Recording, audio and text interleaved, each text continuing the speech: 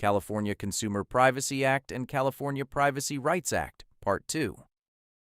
So what changed under California Privacy Rights Act? One of the most significant changes introduced by the California Privacy Rights Act, or CPRA, was the creation of a new category of data called sensitive personal information, often referred to as SPI. The original CCPA treated all personal information under one broad definition. The CPRA recognized that some types of information deserve a higher level of protection because they reveal much more about an individual. Sensitive personal information generally falls into three broad groups. First, government-issued identifiers, such as a social security number, driver's license number, state identification card, or passport number. Second, sensitive personal characteristics, such as racial or ethnic origin, religious or philosophical beliefs, union membership, the contents of mail, email, or text messages, and information about a person's sex life or sexual orientation. Third, highly sensitive personal data, including information like precise geolocation, biometric information used to identify a person, health information, and genetic data. Another important change introduced by the CPRA was the expansion of who is protected under California privacy law. When the CCPA first took effect, its privacy protections primarily applied to consumers in the customer context. Employees and individuals in business-to-business relationships received only limited protections. The CPRA expanded those protections. As a result, employees, job applicants, independent contractors, business owners, and business representatives now receive many of the same privacy rights as consumers. This means businesses must also comply with the CPRA when handling personal information in the employment context and in business-to-business relationships, not just when dealing with customers. The CPRA not only expanded the group of protected individuals under California privacy law, but it also introduced new privacy rights for those protected individuals. Among the new rights are the right to correct and the right to limit the use and disclosure of sensitive personal information.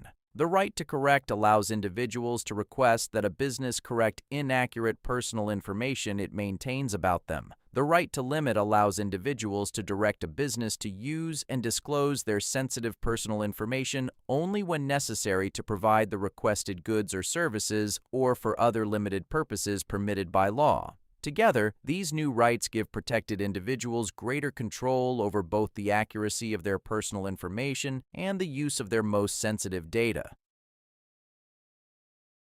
The original CCPA gave consumers the right to opt out of the sale of their personal information.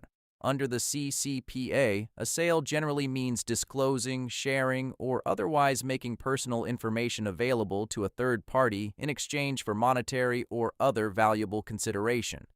The CPRA expanded this concept by introducing a new term, sharing. Unlike a sale, sharing does not require any payment or other valuable consideration. Instead, it refers to disclosing personal information to a third party for cross-context behavioral advertising. In other words, targeted advertising based on a consumer's activity across different websites, applications, or services. As a result, the CPRA gave protected individuals the right to opt out of both the sale and the sharing of their personal information. The original CCPA primarily focused on transparency and consumer rights. Businesses were required to inform consumers about their data practices and provide rights such as access, deletion, and the ability to opt out of the sale of personal information.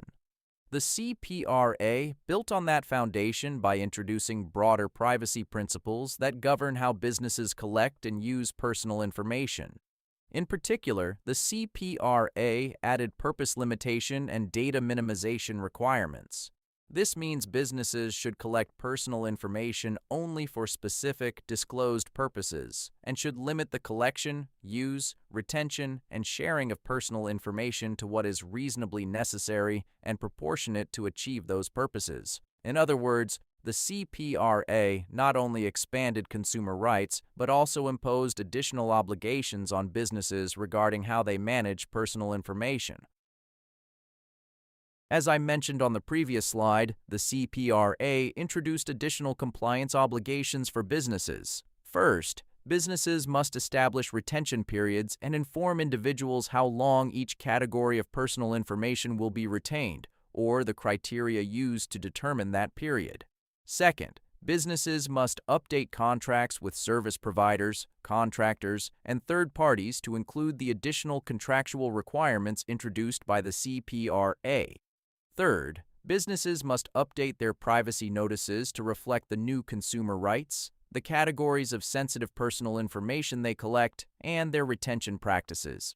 The CPRA also places greater emphasis on data governance, requiring businesses to align their data collection and processing activities with principles such as purpose limitation and data minimization. Finally, businesses should strengthen their overall privacy compliance programs to ensure they can meet the CPRA's expanded requirements and demonstrate ongoing compliance.